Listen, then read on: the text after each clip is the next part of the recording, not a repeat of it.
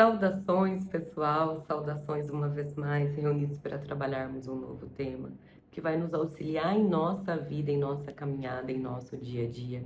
Hoje, o tema que nós escolhemos para trazer reflexão para todos nós é o que não te contaram sobre o processo de obsessão.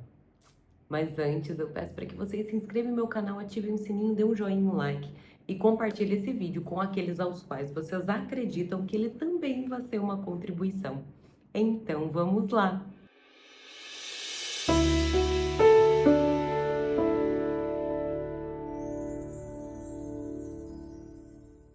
Pessoal, hoje a gente vai falar um pouquinho sobre a questão do processo de obsessão que muitas vezes nós sofremos. O que significa isso, o processo de obsessão? O processo de obsessão são influências espirituais, influências de consciências inferiores, ou seja, que já estão no plano extrafísico, que não estão mais com essa roupagem cá encarnados, mas que, por algum motivo, que é o que a gente vai entender hoje, eles nos influenciam negativamente.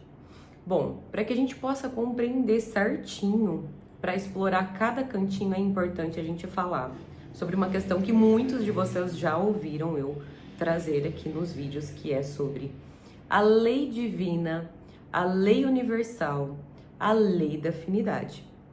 Assim como a lei de causa e efeito, essa lei da afinidade, então, ela nos diz o seguinte, que nós, por meio dos nossos pensamentos e dos nossos sentimentos, nós temos um campo de energia, e esse campo de energia, ele atua como um imã.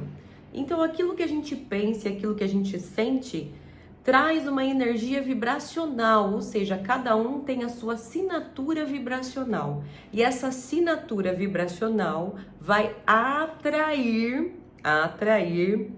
pessoas, circunstâncias e situações, espíritos afins. O que significa isso? Que se afinizam com aquilo que a gente sente e com aquilo que a gente pensa.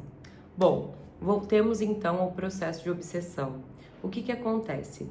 Muitas vezes a gente cai num processo de obsessão, a gente tem influência espiritual dessas consciências. Por quê? Porque muitas vezes somos nós que baixamos a nossa vibração. Isso tem uma exceção que eu já vou explicar para vocês, mas normalmente a gente baixa a nossa vibração. Ou seja, por meio de pensamentos de raiva, de ódio, de rancor, de mágoa, de falta de perdão. Por consequência, pela lei da afinidade, é isso que nós vamos atrair tanto aqui no plano físico quanto no plano espiritual.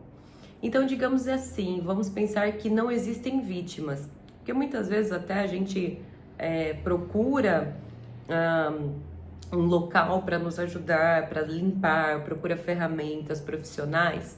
E o que acontece? Sim, essas ferramentas elas funcionam, mas se nós não mudarmos dentro de nós, que é a reforma íntima, que é eu me tornar uma pessoa melhor, eu entender de onde vem toda essa mágoa, essa raiva, esse rancor e trabalhar nisso, seguindo uns ensinamentos de luz, o que acontece é que toda essa limpeza ela vai embora sim.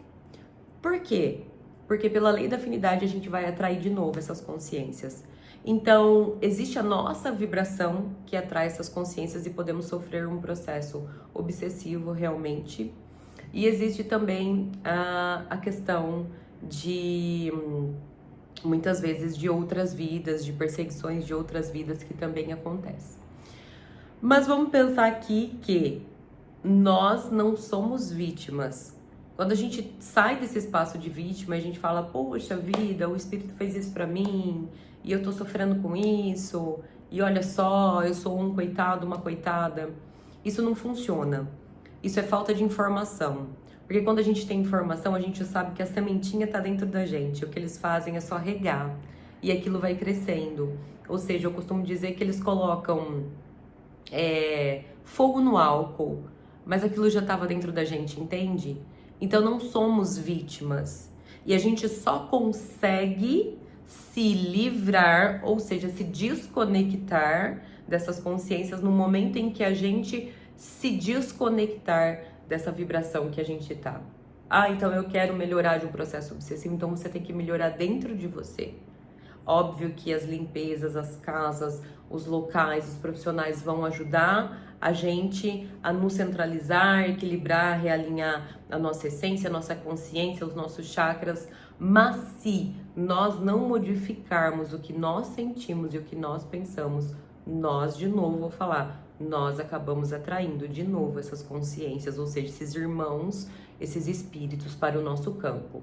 E se a gente não tem essa consciência, nós somos marionetes nas mãos deles, porque eles acabam influenciando realmente e levando a gente para um buraco, levando a gente para depressões e ansiedades, e que no fundo precisa ser olhado de padrões emocionais que estão atraindo essas consciências, certo, pessoal? Então, muito cuidado quando vocês sentirem que vocês estão sofrendo influências espirituais. O primeiro passo é levar a consciência, orar e vigiar. Por isso que Jesus dizia, orai e vigiai os nossos pensamentos, sempre fazendo a reforma íntima, trazendo o autoconhecimento, sempre olhando de fato para o nosso ego e dizendo bem o que eu posso melhorar, o que ele está me auto-sabotando. Quando eu transformo a minha energia, eu transformo aquilo que eu atraio para a minha vida também. Então, se eu quero me livrar de um obsessor, eu tenho que me livrar do rancor que eu tenho dentro de mim, da mágoa, da raiva, da falta de perdão que eu tenho dentro de mim. Aí eu consigo modificar esse padrão e modificar tudo que volta. Sempre lembrando que todos nós temos mentores, temos seres de luz que também estão ao nosso redor. Mas para isso a gente precisa fazer a nossa parte. Eu falo que é um trabalho em equipe. Nós fazemos a nossa parte, eles fazem a deles. Certo, pessoal? Fica aqui então um aprendizado para todos nós. Observem como está a assinatura vibracional de vocês e observem quem são as companhias espirituais de vocês. Lembrando que vocês têm sim a capacidade, a oportunidade, o conhecimento e a informação para modificar isso. Super beijo no coração, gratidão, muita paz, muita luz e namastê!